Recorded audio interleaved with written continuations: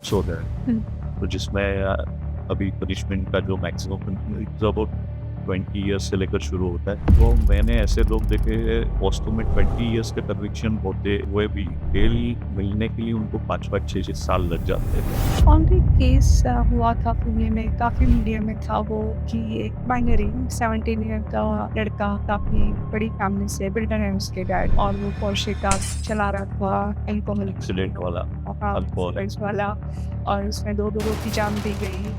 बाद में हमने सुना, मीडिया में ही सही सुना कि एविडेंसेस के साथ भी छेड़छाड़ भी की गई। तो कितने परसेंटेज लोग गलत केसेस की वजह से हैं? There is a record of almost 74% cases of the rape are false. एक केस भी हुआ था पुणे में जिसमें होर्डिंग गिर गया और लोगों की डेथ हुई। आपको प्रोटेस्ट, एक लॉयर को प्रोटेस्ट करना पड़ा उसके लिए, सो दैट उसके जो विक्टिम है उनको कंपनसेशन मिल जाए। प्रोटेस्ट करना पड़ा क्योंकि एक rickshaw driver was returning from the, जैसे उसकी पत्नी की अस्थियां बहा के वो पूरे फैमिली के साथ में आ रहा, he was there and he died on the spot. उसकी एक 17 साल की बेटी और शायद एक छोटा बच्चा 3 या 4 साल।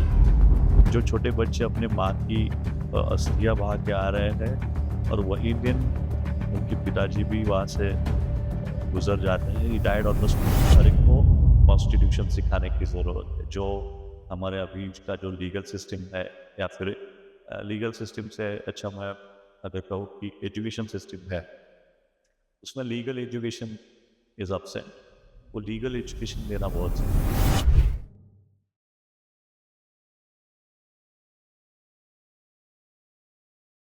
आज हमारे साथ बॉम्बे हाई कोर्ट के एडवोकेट हैं जो ऐसे इनोसेंट लोगों के केस लड़ते हैं और उन्हें बाहर निकालते हैं। ये वो लोग हैं जो अपना सब कुछ खो चुके हैं, लेकिन फिर भी उनकी जो उम्मीद है कि हम जेल से बाहर निकलें, वो ऐसे ही लॉयर्स की वजह से ज़िंदा है। तो आइए मिलते हैं मिस्टर पीयूष जी के साथ। वेलकम पीयूष जी, आपका चेंज एंड बियॉन्ड पॉडकास्ट में स्वागत है। मैं आपके बारे में काफ़ी पढ़ रही थी, और जितना मैंने पढ़ा उतना मुझे समझ में आया कि आप ना काफ़ी आपने रिस्क लिए हुए हैं लाइफ में। आपकी पूरी family, grandfather, father, sister, uncle, सब लॉ फील्ड में हैं। इनफैक्ट अगर मैं कहूँ कि खून में, ब्लड में है आपका law. It takes a lot of efforts, risk to find out your own, and I would say कि एक ट्रू डेस्टिनी जो होती है वो ढूंढने के लिए आपको बहुत सारा एफर्ट डालना पड़ता है। तो वो रिस्क मैंने लाइफ में ली है। Yes, definitely I would say that yes, मैंने वो ली। अच्छा। और आपके जो फ्रेंड्स हैं, जो लोग आपको जानते हैं, वो ये कहते हैं कि आपका ब्लड ग्रुप लॉ पॉजिटिव है। आप क्या सोचते हो? वो सच कहते हैं। अच्छा। See I am basically third generation advocate, so मुझे लगता है कि I am blessed with the legacy, I am blessed with this genes of my grandfather, who was a very renowned advocate in Pune district, and उनका एक discipline था जो शायद कोई वो कर सकते, and still I am trying my best to achieve that discipline. But yes, definitely for surely law positive. So yes, जो मेरे दोस्त कहते हैं कि yes, I am a person with the blood group of a law positive. Okay.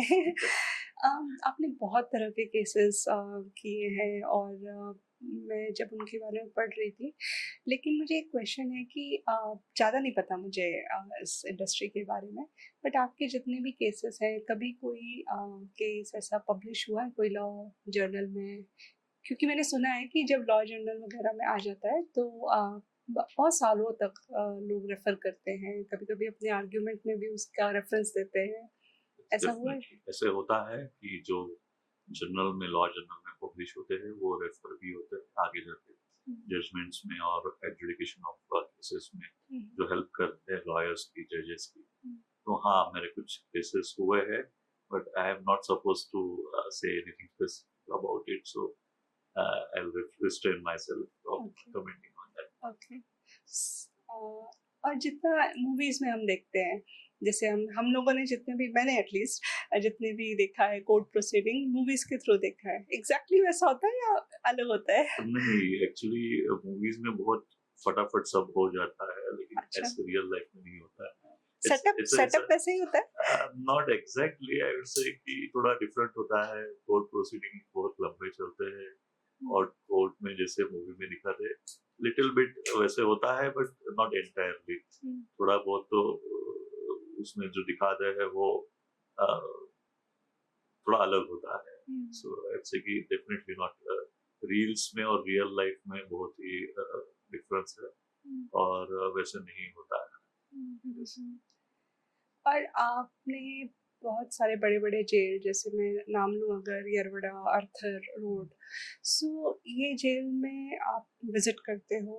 आपने ऐसे बहुत सारे इनोसेंट लोगों के केस लड़े हैं, जो किसी गलत अ, केस की वजह से या फिर उनके ऊपर कोई कोई भी रीज़न, कई बार फँसाया जाता है, तो वो लोग सालों से बंद हैं उन जेलों में। Uh, अगर हम स्पेसिफिकली एरोडा जेल के बारे में बात करें, तो हुँ, Yerawada jail is the biggest prison of hmm, the South Asia hmm, hmm, region, and जैसे कि it's spread over the 500, more than 500 acres, और उसमें it has capacity of almost 2500 inmates business. हुँ, लेकिन अभी अगर आप देखोगे कि जो सिचुएशन है जेल में, हुँ, बहुत सारे इनोसेंट लोगों को फंसाया जाता है, ये सच है। तो आई वुड से कि यस, ये सच है कि बहुत सारे इनोसेंट लोग unnecessarily were the victims of the false cases, hmm, are definitely are they are behind bars for many years, hmm. and उसकी वजह से शायद इस मिसयूज ऑफ लॉ की वजह से शायद अभी more than 7,000 people are there In languishing this jail? in the Eroda jail. Okay, 7,000. 7,000 people, yes, जो कि उनकी कैपेसिटी से ऑलमोस्ट 3 गुना है जो उनकी कैपेसिटी नहीं। Okay. एंड देयरफॉर एरोडा जेल में तो अभी बहुत सारे कंसर्न्स है, इश्यूज है, and our Honorable Supreme Court is continuously taking efforts hmm, to resolve and address that issue by way of prison reformation. Hmm, hmm, So yes, definitely jail में लोगों को गलत तरीके से फंसाने की वजह से लैंग्वेज। हुँ। ऐसे आप अगर परसेंटेज में मैं बात करूँ कि कितनी परसेंटेज, अगर 100% लोग हैं, तो उसमें कितने परसेंटेज लोग गलत केसेस की वजह से हैं? ऐसे तो कोई डेटा नहीं है जो ये ट्रैक कर पाए कि कितने फिर भी लोग। आपके एक्सपीरियंस? मेरे एक्सपीरियंस से जो अगर एक पर्टिकुलर सेक्टर की बात करें, जो जैसे फैमिली लॉस है या फिर रेप केसेस है, oftenly this affairs ends with the cases. हुँ, तो वो जो केसेस है, it there is a record of almost 74% cases of the rape are false. Okay. Yes, in my opinion, yes. Hmm, It can be true that more than 70% cases of a rape are false, hmm, and the people are very innocent and falsely implicated in those cases. So it's a gross misuse of the law by hmm. the. और ऐसे आप तो मतलब ऐसे innocent लोगों के लिए भी केस लड़ते हैं, बट ऐसे कितने फॉर्चुनेट लोग हैं जिनको आप जैसा लॉयर मिल जाता है उस 70% में? नहीं, मेरे से भी बहुत ज़्यादा अच्छे लॉयर्स एग्जिस्ट करते हैं। हाँ, लेकिन आई वुड से कितनों को मिल जाता है? It depends. कई लोगों को ऐसा होता है कि प्रॉपर गाइडेंस न मिलने की वजह से, हुँ, या फिर मिस गाइडेंस मिलने की वजह से they are behind the class, hmm, but I will restrain myself from commenting on that. Hmm, but surely jail में ऐसे लोग हैं जिनको कोई भी लॉयर को हायर करने के लिए उनके पास पैसे नहीं है, हुँ, तो definitely they are languishing behind the bars, hmm, and उनके लिए गवर्नमेंट ने कुछ लीगल एड के प्रोविजंस भी है, हुँ, वो भी दिए हुए हैं। But there is no awareness regarding that hmm, कि जिसको कोई लॉयर अफोर्ड करने के लिए पैसे नहीं है, तो उनको ये भी प्रोविजंस है कि उनको फ्री में गवर्नमेंट की तरफ से लीगल एड दिया जाता है। अच्छा। और ये जो लोग होते हैं, जो इनोसेंट होते हैं, इनमें कित आपके आपने कौन-सा ऐसा केस देखा है जो बहुत सालों से वो जेल में है? कितना मैक्सिमम कितने साल देखा है आपने? ऐसे तो अगर हम स्पेसिफिकली कोई बात करें कोई सेक्टर की, हुँ, जैसे कि पॉक्सो है, हुँ, तो जिसमें अभी पनिशमेंट का जो मैक्सिमम पनिशमेंट अबाउट 20 ईयर्स से लेकर शुरू होता है टिल द लाइफ इम्प्रिजनमेंट। हुँ, तो मैंने ऐसे लोग देखे हैं कि जैसे अभी पॉस्को में 20 ईयर्स के कन्विक्शन होते हुए भी बेल मिलने के लिए उनको 5-5 6 6 साल लग जाते हैं, जिसमें अभी तक ये डिसाइड होना है कि उसने क्या किया है, hmm, what kind of a charges we are framing on him. So okay, ऐसे भी कोई केसेस है जिसमें अभी तक चार्ज फ्रेम होने पेंडिंग रहते हैं, फिर भी he is there languishing behind the bars hmm, since last 6 to 7 years or more than. Yes, I have seen the people who are languishing behind the bars almost 7 to 8 years without even अभी तक getting hearing नहीं हुआ, trial भी नहीं trial शुरू भी नहीं हुआ। हुआ, ओके।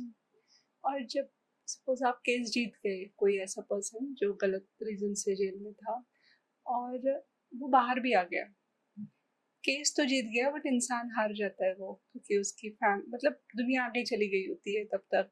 बहुत सारे प्रोडक्टिव ईयर जो उसके अपनी ज़िंदगी के हैं वो तो जेल में चले गए। तो ये लोग कैसे डील करते हैं फिर जब बाहर आते हैं? क्योंकि मुझे नहीं लगता उन्हें समाज इतना ईज़िली एक्सेप्ट कर लेता है। That's the dark side of this society, will say. I would say कि yes, definitely it's a dark side of the society, और वो लोग जल्दी सोसाइटी में एक्सेप्ट नहीं होता है। उनको खुद को लड़ना पड़ता है, खुद को स्टैंड करना पड़ता है, और इतने सारे ईयर्स वो जेल में जाने के बाद में जब बाहर आते हैं तो ये दुनिया उनके लिए बहुत ही अलग होती है, कि बहुत सालों में उन्होंने ये डेवलपमेंट नहीं देखा होता है। ट्रेंड्स जो अभी चलते हैं वो नहीं उनको मालूम रहते हैं, नए नए कानून आते हैं उनके, इसमें उनको कोई नॉलेज नहीं रहता है।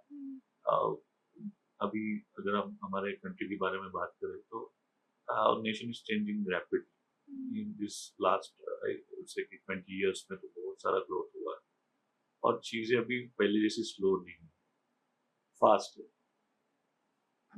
उसके लिए उनको एडजस्ट करने में बहुत सारी दिक्कतें आती हैं, और definitely that's a challenge for them. और इंसान पहले ही इतना थक गया होता है कि वो बाहर आके मुझे गलती से या फिर गलत चीज़ों में इन्वॉल्व किया और उसके लिए कंपेंसेशन चाहिए, वो सिस्टम से ही इतना लड़के फ्रस्ट्रेट हो जाता है कि वो लड़ने के इसमें रहता ही नहीं है। तो उसको बस after that a person needs a piece of mind. ये नहीं होता है कि वो जाके गवर्नमेंट से या फिर कोई कंपनी से कंपेंसेशन मांगे। So that's an often thing which happens in India. कोई केस याद है आपको ऐसा जो आपने लड़ा हो? Yes, एक ऐसा केस मैंने लड़ा है। I will not take any specific names of the parties, but POCSO में कई बार जो एज पे विक्टिम्स रहते हैं, लाइक 17 ईयर्स, 17 एंड हाफ, और ऑलमोस्ट 18 ईयर्स फ्यू डेज, वो लोगों को कोई अफेयर होता है और वो affair is end with this POCSO case. So I would say कि that's a burden on the government to deal with this cases. तो सोसाइटी में अवेयरनेस नहीं है, उनको अवेयरनेस क्रिएट करना चाहिए कि ये जो एजेस है, जो एज है लड़की की, जो एज है it's below 18 years, you should not below 18 years. But ऐसा हो सकता है क्या? मतलब इतना एज देख के कौन सोचता है ये? अफेयर्स तो हो जाते हैं। That is true, but now it's a high time where we can say that अभी ये अवेयरनेस की बहुत जरूरत है, क्योंकि चीजें इतनी फास्ट हो गई है, एज आई सेड, बहुत ज़्यादा डेवलपमेंट हो रही है, ग्रोथ हो रही है। अभी सबको सब चीज़ें इंटरनेट पे अवेलेबल है, तो जल्दी माइंडसेट हो जाता है लोगों का। But then the other side is कि आप कितने भी इनोसेंट क्यों ना हो, अगर वो आपका एज जो है, if that is below the parameters, legal parameters, तो जो भी एक्यूज्ड है उसको तो सजा होनी है। इफ ही इज एडल्ट, अगर वो उसके कॉन्सिक्वेंसेस को पता है या फिर नहीं भी पता है, law will not look differently at it. और अगर दोनों माइनर हो, 18 ईयर्स से कम हो? दोनों माइनर हो तो उस चीज में थोड़ा कंसिडर किया जाता है, वो जुवेनाइल करके उसको ट्राई किया जाता है, उसकी पनिशमेंट अलग है। बट आई वुड से कि उससे अच्छा है कि हम लोग हमारे ही बच्चों में अवेयरनेस क्रिएट करें कि आपको इस चीज़ों में एंगेज ही नहीं होना है, to avoid this all this uh, I would say कि जो लॉ की कॉम्प्लेक्सिटी है, जो अभी हम लोग कह सकते हैं कि जो लॉ बर्ड्स है उनको ये समझनी पड़ेगी और इससे दूर रहना पड़ेगा। लड़की की एज एटलीस्ट लड़की की 18 एज, लड़की की हम्म, एज हम्म, ऑफनली ऐसे भी होता है कि कई बार ऐसे भी केसेस आते हैं जो लड़की के बारे में नहीं पर लड़के के बारे में होते हैं। जैसे जैसे लड़कों को भी ये परेशानी से गुजरना पड़ता है। It's a bad dream for them कि they are sexually abused by the elderly women or even at some time uh, males. Hmm, So that's a bad dream for them and it sticks with them for their entire life. But then that is what I said कि social awareness की बहुत जरूरत है इस चीज। काफी काम किया आपने बॉक्सो एक्ट में। बहुत ज्यादा नहीं लेकिन हाँ मैंने किया है। पीयूष जी, पॉक्सो एक्ट जो है काफी सुना है और बहुत सारे एनजीओ में इस पे काम करते हैं। आपसे बेटर पर्सन नहीं मिलेगा मुझे जो ये बता सके। थोड़ा आप डिटेल में बताइए क्या है एग्जैक्टली। ये जो एक्ट है ये बेसिकली हमारे बच्चों को प्रोटेक्ट करने के लिए, protection of the children from sexual offences 2012। तो इसका भी अवेयरनेस बहुत लेटली हुआ इन 2012 फाइनली इट वाज इनेक्टेड। और अभी जो बच्चे हैं जो लीगल एज 18 के बिलो है उनसे कोई भी छेड़छाड़ करता है या फिर कोई जैसे अत्याचार की घटना होती है उनके regarding this laws are made to punish the culprit. तो इसके बारे में सोशल अवेयरनेस बहुत ज़रूरी है। हमारे जो बच्चे हैं उनको प्रोटेक्ट करना इट्स और utmost आई विल से कि पेरेंट्स की तो ये बहुत बड़ी जिम्मेदारी और ड्यूटी है। लेकिन ऐसा भी होता है कभी कभार कि कोई आपका ही नज़दीक वाला आदमी होता है जो ये सब कर रहा होता है और पेरेंट्स आगे नहीं आते हैं उसको अपने लेवल पे कुछ करके उसको क्लोज कर देते हैं। That should not happen because laws are there to protect you and your children only. तो उसके बारे में आपको ज़्यादा अवेयरनेस क्रिएट करने की ज़रूरत है। दो NGOs are working on it. और कई बार ऐसा भी होता है कि इज्जत के चक्कर में लोग आगे नहीं आते हैं, स्पेशली लड़कियों के स्पेशली केस में। लड़कियों के बारे में। और मैंने एक केस देखा है जिसमें 15 इयर्स की एक लड़की थी और एक लड़का था जो मेजर था और वो फिर belong to the different religion. और उसकी माँ थी जिसने आगे आके डेयरिंग करके केस फाइल किया था। उसमें रजिस्टर होने में भी थोड़ा वक्त लगा था। ये पुणे मिरर में पढ़ा था हमने, ये वही केस है। यस जी हाँ ये वही केस है जिसमें उसको बहुत शिकायत हुई थी। 3 महीने तक एक माँ ने अपने लड़की को देखा नहीं था जो बाद में उसी लड़के ने उसको भगा के बाद में देके गया था to save himself from the touches of the law. तो वो जो था वो लड़की 17 साल की ऑलमोस्ट 16 साल की थी, 16 साल की लड़की थी। तो उस टाइम पे उसने खुद को बचाने के लिए उसी को लेके उसने कुछ फुसला के उसको लेके भागा था। वो बाद में 3 महीने तक उसकी माँ चक्कर काटती रह गई पुलिस स्टेशन लड़की को ढूंढने के लिए। अल्टीमेटली वो केस मुझे याद है जब उसकी माँ मेरे पास आई थी। I would not take name of उस पर्सन बट हाँ वो बहुत परेशान थी। एंड हमने फिर हाई कोर्ट में बॉम्बे हाई कोर्ट में उसके लिए पिटीशन फाइल किया था। And this is the positive side of the police machinery also. जो लड़की 3-4 महीने से नहीं मिल रही थी वो बाद में जब ने उसका कॉग्निजेंस लिया हाई कोर्ट ने वो लड़की 3-4 दिन में मिल गई। और एक माँ के आंख में एक सुकून था जब उसने पहली बार कोर्ट में 3-4 महीने के बाद पहली बार उसने कोर्ट में अपने लड़की को देखा और कोर्ट से बाहर आते ही उसको कस के गले लगाया। वो एक मोमेंट था जो मैं मेरे ज़िंदगी में कभी नहीं, and she thanked me for everything. वो वक़्त वो मोमेंट ऐसा था कि मैं कभी मेरे ज़िंदगी, बहुत सैटिस्फैक्शन देता होगा आपको ये काम। ये प्रोफ़ेशन ही ऐसा है कि आपको तभी सैटिस्फैक्शन मिलता है, आप किसी के काम आ सको और पूरी तरह से जस्टिस डिलीवर कर सको। तो that was my moment, I would say कि वो मेरा मोमेंट था कि जिस वजह से मैंने ये प्रोफ़ेशन चुना है, या फिर आई वुड से कि इस प्रोफ़ेशन ने मुझे चुना है, वो जो मोमेंट ऑफ सैटिस्फैक्शन था वो वाला था। First time in my life मुझे ऐसे लगा कि अ, यही है जो मुझे लाइफ टाइम मुझे करना है, और यही सैटिस्फैक्शन मुझे लाइफ टाइम चाहिए कि जो मैं जस्टिस डिलीवर कर सकूं। That was my personal and one of the life time moment, I would से। और एक केस हुआ था पुणे में, काफ़ी मीडिया में था वो, कि एक माइनर 17 ईयर का लड़का, काफ़ी बड़ी फैमिली से, बिल्डर है उसके डैड, और वो पोर्शे कार चला रहा था, अल्कोहल भी एक्सीडेंट पिया हुआ वाला, था, हाँ, अल्कोहल एक्सीडेंट एक्सीडेंट। वाला, और उसमें 2 लोगों की जान भी गई। बाद में हमने सुना, मीडिया में ही से ही सुना कि एविडेंसेस के साथ भी छेड़छाड़ में की गई।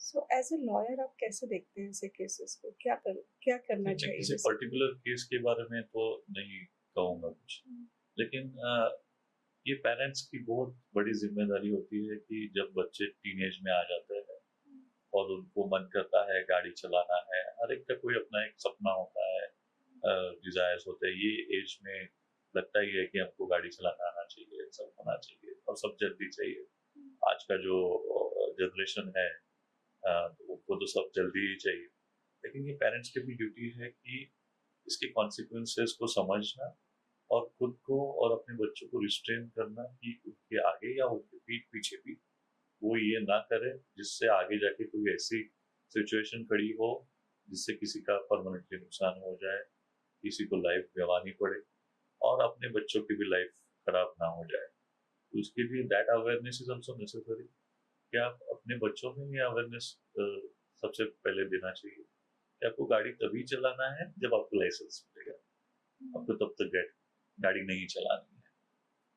तो ये जो अवेयरनेस है वो करना जरूरी है, क्योंकि लोगों को और पेरेंट्स को भी आजकल ऐसा लगता है कि बच्चा गाड़ी चला रहा है, it's a pride moment for the parents, but I would से नहीं, वो अगर बच्चा लाइसेंस लेके गाड़ी चला रहा है तो that there is nothing like it, वो प्राउड प्राउड मोमेंट आपको होना चाहिए, and ना कि विदाउट लाइसेंस वाला। हुँ। और आप यरोड़ा जेल में काफ़ी विज़िट करते हैं, और यरोड़ा जेल मतलब पुणे नहीं, पूरे इंडिया में लोग जानते हैं। बहुत सारे सेलिब्रिटीज़ रहे हैं, इनफैक्ट गांधी जी, नेहरू जी, वो भी रहे हैं वहाँ पर। संजय जी दत्त की वजह से तो सब जानते हैं कि जी।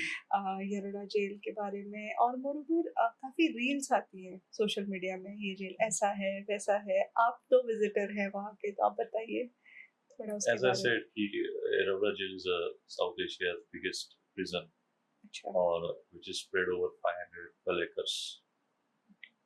वहाँ पे जैसे आपने बोला कि गांधी जी भी थे, नेहरू जी भी थे, लोकमान्य तिलक जी भी थे, और ऐसे बहुत सारी बड़ी हस्ती थी, आई आई थिंक अम्बेडकर जी भी थे।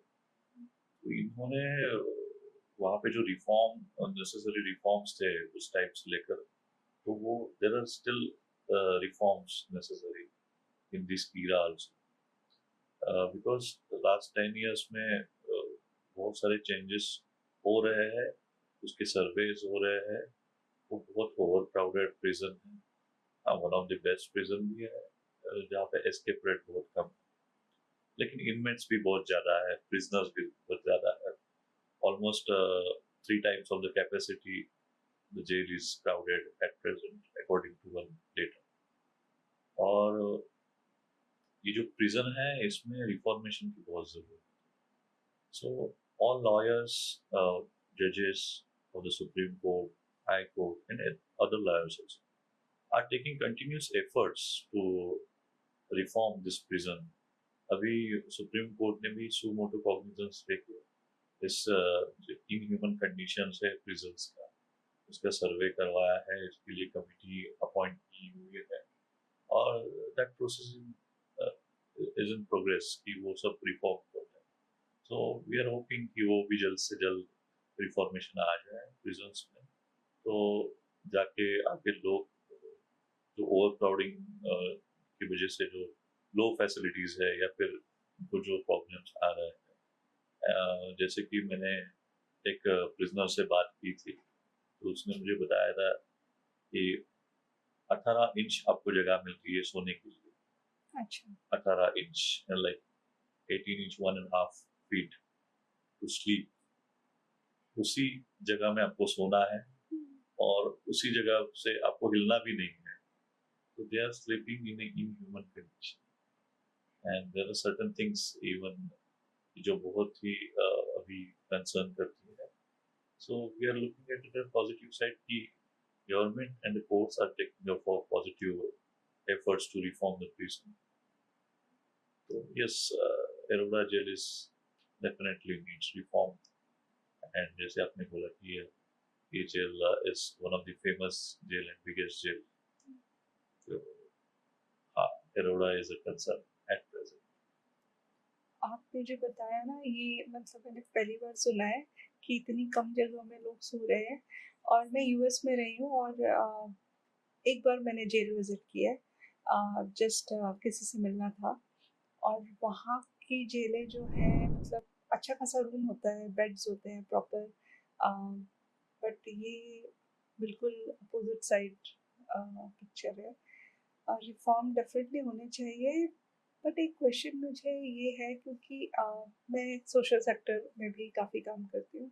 गवर्नमेंट जेल, गवर्नमेंट स्कूल, कोई भी चीज़ गवर्नमेंट वाली जो है, थोड़ा ऐसे ही स्टेज में है। एंड आई थिंक इस पे काम होना ज़रूरी है।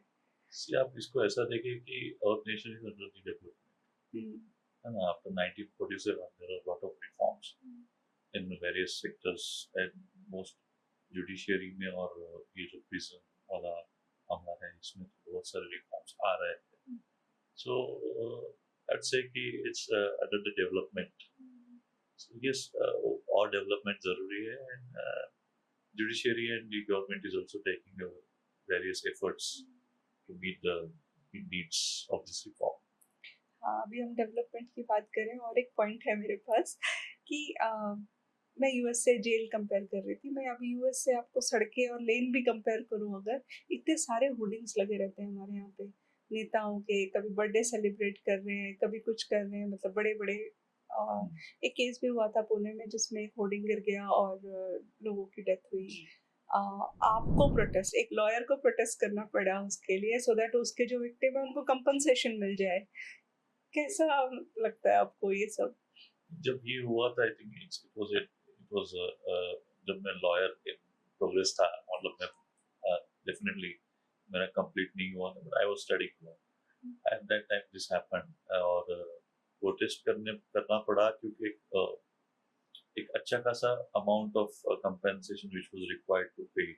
जैसे उसमें एक बहुत बड़ी ट्रेजेडी थी, जो आपने अगर न्यूज में देखा रहेगा, मीडिया रिपोर्ट से भी आपको पता चल रहा है कि one rickshaw driver was returning from the, जैसे उसकी पत्नी की अस्थियां बहा के वो पूरे फैमिली के साथ में आ रहा था पूना में, and he was there and he died on the spot. Hoarding उसके हाँ, ऊपर। उसकी एक 17 साल की बेटी और शायद एक 2-3 साल का छोटा बच्चा था, 3 या 4 साल का। तो वो दोनों ही थे जो और उसकी माँ थी और वो था रिक्शा में, तो he died on the spot. तो that family suffered a lot. जो छोटे बच्चे अपने माँ की अस्थियां बहा के आ रहे हैं, और वही दिन उनके पिताजी भी वहां से गुजर जाते हैं, he died on the spot. That family was in help. I tried my best to help by way of a protest, by all other efforts which was necessary to meet the needs of those people. मैंने उनसे भी बात की थी। जो हमारे DRM है railway के, डिविजनल रेलवे मैनेजर, उनसे भी बात की थी। उन्होंने एक्सग्रेशिया कंपनसेशन तो डिक्लेयर किया ही था, but it was of 5 lakh rupees. So मैंने ये बोला था कि ये it is not enough, you will have to pay ex gratia, because ये लोग कैसे जाएँगे, कोर्ट को कैसे अप्रोच करेंगे अच्छा खासा कंपेंसेशन के लिए? अ, आप सोचिए अगर एक 4 साल का बच्चा है, 3 या 4 साल का बच्चा और एक 17 साल की लड़की है, तो how they will approach the court in this difficult time? और ये लॉ में आपको अगर पता रहे तो हर एक चीज़ में एक लिमिटेशन होता है, लेकिन उसके पीछे ability of the people to approach the law, that is something which needs to address.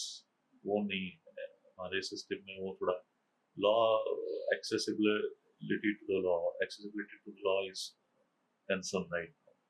तो ये जो छोटे बच्चे हैं उनको तो जरूरत पड़ती है किसी न किसी एनजीओ की या फिर आप जैसे लोगों की to approach and access the law। तो वो just that was as a human being I did my job, और I hope कि everyone should do that in a good spirit कि वो लोगों को कुछ मिल जाए। और ऐसे भी एक शख्स है जिनके पिताजी की मृत्यु हुई थी उस हादसे में, और जिन्होंने एक्सग्रेशिया अमाउंट देने से भी मना कर दिया था। तो उनका एक ही सवाल था जो मेरे आज भी दिमाग में घूमता है, क्या आप मेरे पिताजी के लाइफ की वैल्यू कर सकते हो? तो where I was left speechless, जहाँ पे मेरे पास कोई आंसर नहीं था उस चीज़ का। डेफिनेटली किसी भी आदमी के जीवन के हम लोग कोई भी कीमत नहीं अदा कर सकते, but therefore there are necessary laws are there actually, but implementation of law is necessary। जो होर्डिंग्स है, इलीगल होर्डिंग्स है, पुणे में तो बहुत बड़ा concern, not in only in Pune, पूरे इंडिया में। मुंबई में भी ऐसा एक रिसेंटली हादसा हुआ है जिसमें बहुत सारे लोगों को इंजरी और बहुत सारे लोगों की मौत हुई थी। आपने अगर सुना होगा एक पेट्रोल पंप पे सबसे एशिया का सबसे बड़ा होर्डिंग था, that case is also going on, वो गिरा था और उसमें बहुत सारे लोग उसके नीचे दब गए थे, कई लोगों की मौत हो गई थी और कई लोग इंजर हो गए। Definitely hoarding is one more concern, वो आपको एड्रेस करना चाहिए। इलीगल होर्डिंग जो है वो नहीं होने चाहिए। लॉ क्या बोलता है होर्डिंग लगाने को लेकर, क्योंकि यूएस में या कोई और कंट्रीज में मैंने ऐसे देखे ही नहीं है ऐसे होर्डिंग्स। इसके ऊपर लॉ ऑलरेडी एग्जिस्ट है, आपको परमिशन लेना चाहिए। और अभी तो नए सारे बहुत सारे सर्कुलर्स नोटिफिकेशन ऑफ आते हैं to protect the interest of the general public in order to, अभी उनको परमिशन लगता है जो होर्डिंग्स पे, उसका स्ट्रक्चर का स्टेबिलिटी सर्टिफिकेट भी लगता है। उसके ऊपर अभी लॉज एग्जिस्टिंग भी है, और कुछ अच्छे आएंगे ऐसे हम लोग ये कर रहे हैं, एक्सपेक्ट कर रहे हैं। Government will definitely take the efforts towards that issue and they will address that issue. Law तो है, लेकिन आप जैसे लोग भी चाहिए, क्योंकि जितना मैं आपको सुन रही हूँ, ये बहुत ज़रूरी होता है कि सही लोग सही प्रोफेशन में हों, क्योंकि जनरली चीज़ें होती हैं बट वो मिलेगी कैसे, या उसकी अवेयरनेस कौन करेगा, या सही टाइम पे हेल्प कौन करेगा, वो नहीं होता कई बार। इसके लिए हमारी गवर्नमेंट एक काम कर सकती है, if I can suggest, definitely I am a very small person. हर एक को एजुकेशन का जो सिस्टम है, हमें एजुकेट करना पड़ेगा। हर एक को कॉन्स्टिट्यूशन सिखाने की ज़रूरत है। जो हमारे अभी का जो लीगल सिस्टम है, या फिर लीगल सिस्टम से अच्छा मैं अगर कहूँ कि एजुकेशन सिस्टम है, उसमें लीगल एजुकेशन इज absent। तो लीगल एजुकेशन देना बहुत ज़रूरी है। At least basic fundamental rights in the constitution, वो आपको देखना ज़रूरी है, क्योंकि हर एक को पता चले कि आप दूसरे के किस चीज़ पे आप एनक्रोच कर रहे हो। अगर कोई किसी को स्लैप भी करता है, जो जैसे बच्चे हैं सीख रहे हैं, तो वो अगर ये सब पढ़ने के बाद में वो नहीं कर पाएंगे, या फिर हम हमारा माइंड ऑटोमेटिकली रिस्ट्रेन करेगा। एक ह्यूमन नेचर होता है, जब लोग हम सीखते हैं जैसे कोई चीज़ गर्म है उसको हाथ लगाना है, तो हम लोग कहते नहीं, बिकॉज हमने सीखा है कि वो चीज़ गर्म है तो उसको हाथ नहीं लगाना चाहिए क्योंकि हाथ जल जाएगा। वैसे ही education is very important and legal education is must in this.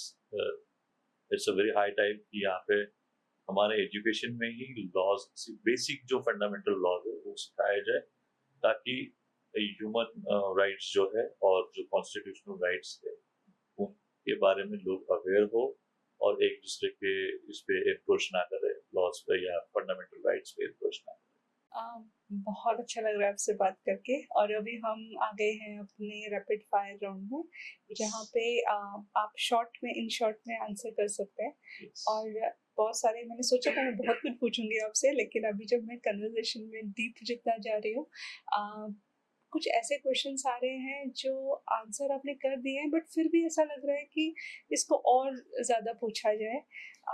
Usually हम लोग रैपिड फायर की तरफ जाएंगे लेकिन वापस मुझे एक क्वेश्चन आ गया। अभी थोड़ी देर पहले आप कह रहे थे कि कॉन्स्टिट्यूशन पढ़ाया जाना चाहिए हमारे एजुकेशन सिस्टम में। आप पढ़ाएंगे? डेफिनेटली हाँ, क्यों नहीं।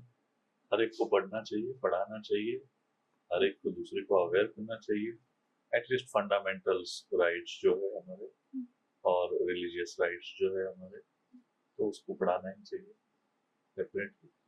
और उसके जो फायदे होंगे आपने जो बताए, बेसिकली बहुत सारी चीजें तो इसलिए भी हो रही है कि लोगों को पता नहीं है, पता नहीं। है ना? और उसमें से और एक अच्छी चीज आ सकती है कि आजकल ना लोग सवाल करना भूल गए जी हैं।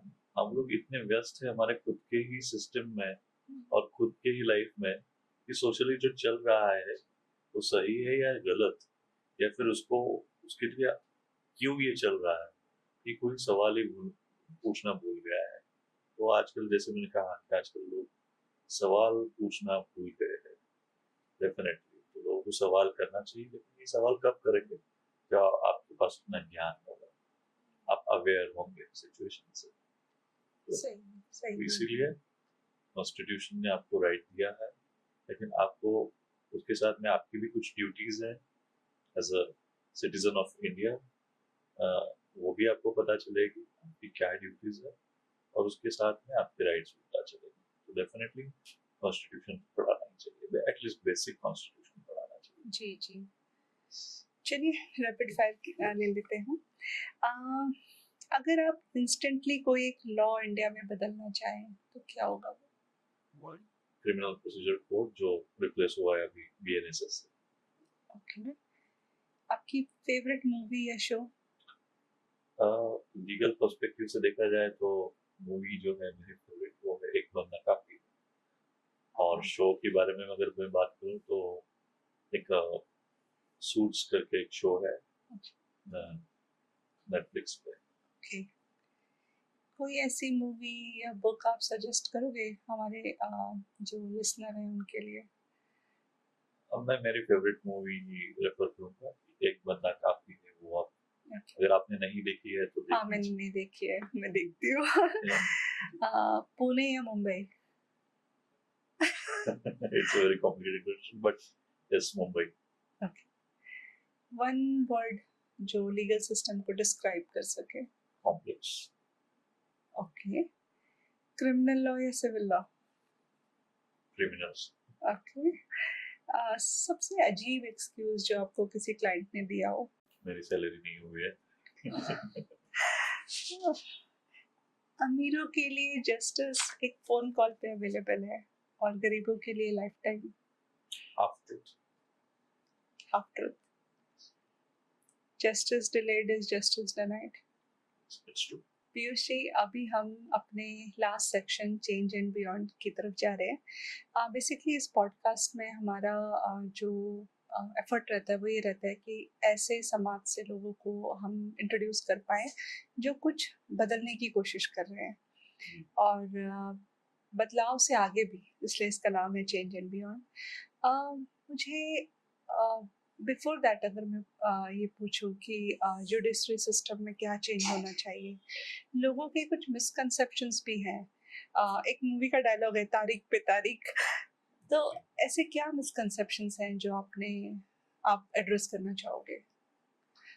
दो मिसकंसेप्शंस जो बहुत क्रिटिसाइज होते हैं कोर्ट्स के बारे में, कि कोर्ट को बहुत लंबी छुट्टी होती है, और दूसरा एक है कि बहुत ज़्यादा वक्त लगता है और छुट्टी बिल्कुल नहीं होनी चाहिए considering the pendency of the litigations, number of cases.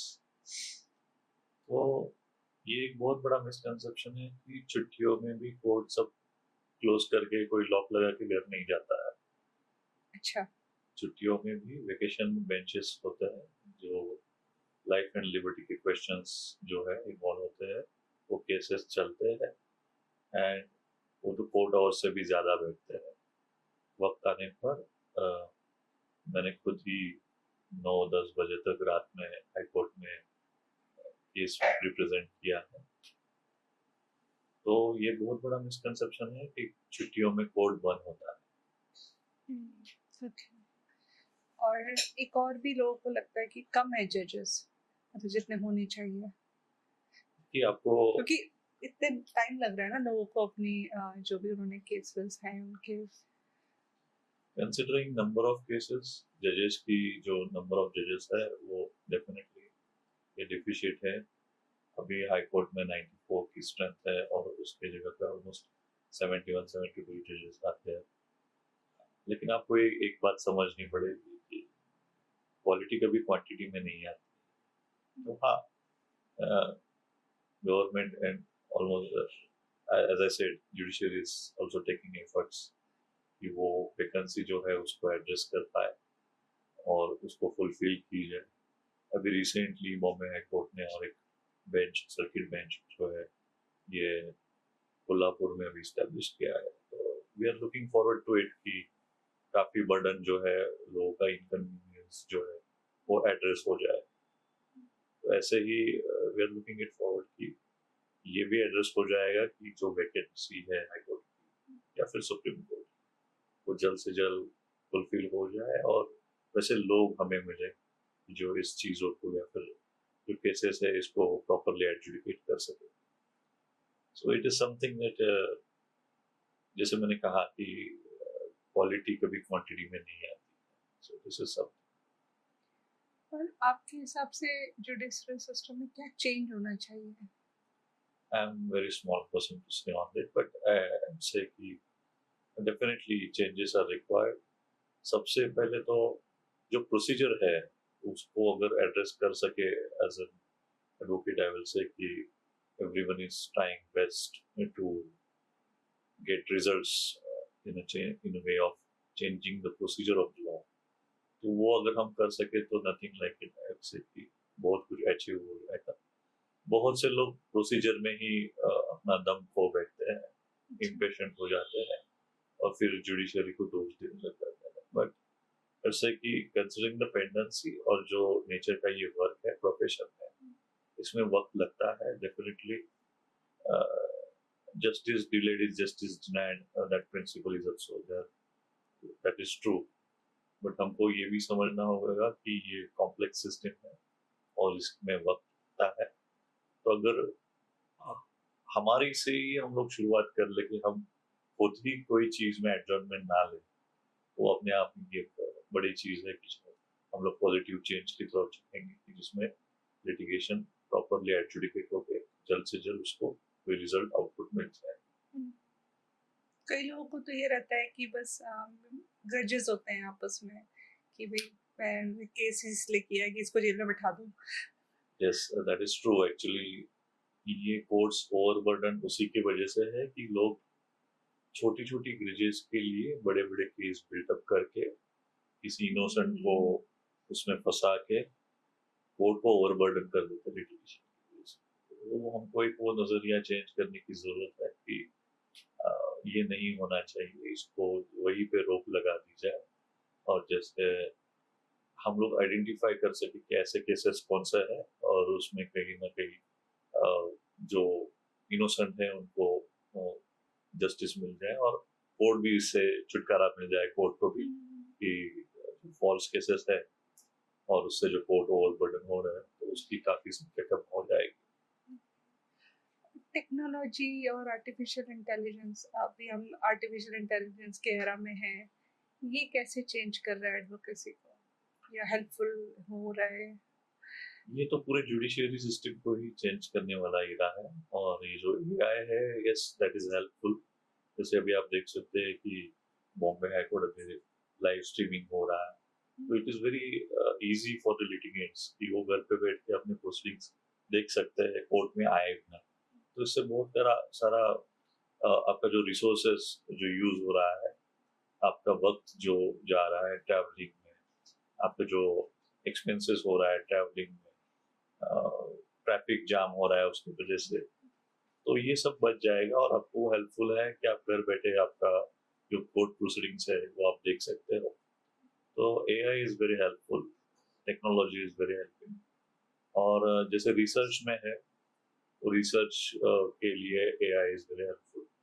जैसे ट्रेडिशनल वे में अगर आप रिसर्च करने जाओ तो घंटों लग सकते हैं, जैसे एक केस ढूंढने में, जैसे अभी ऑनलाइन और टेक्नोलॉजी की वजह से, एआई की वजह से आपको जल्द के जल्द आपको मिल जाता है जो आप ढूंढ रहे हो।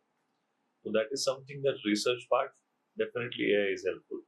But I would say कि AI would never replace a human brain or judge's brain or advocate's brain, because जो critical thinking है वो नहीं हो पाएगी AI से. That is why my personal view is this.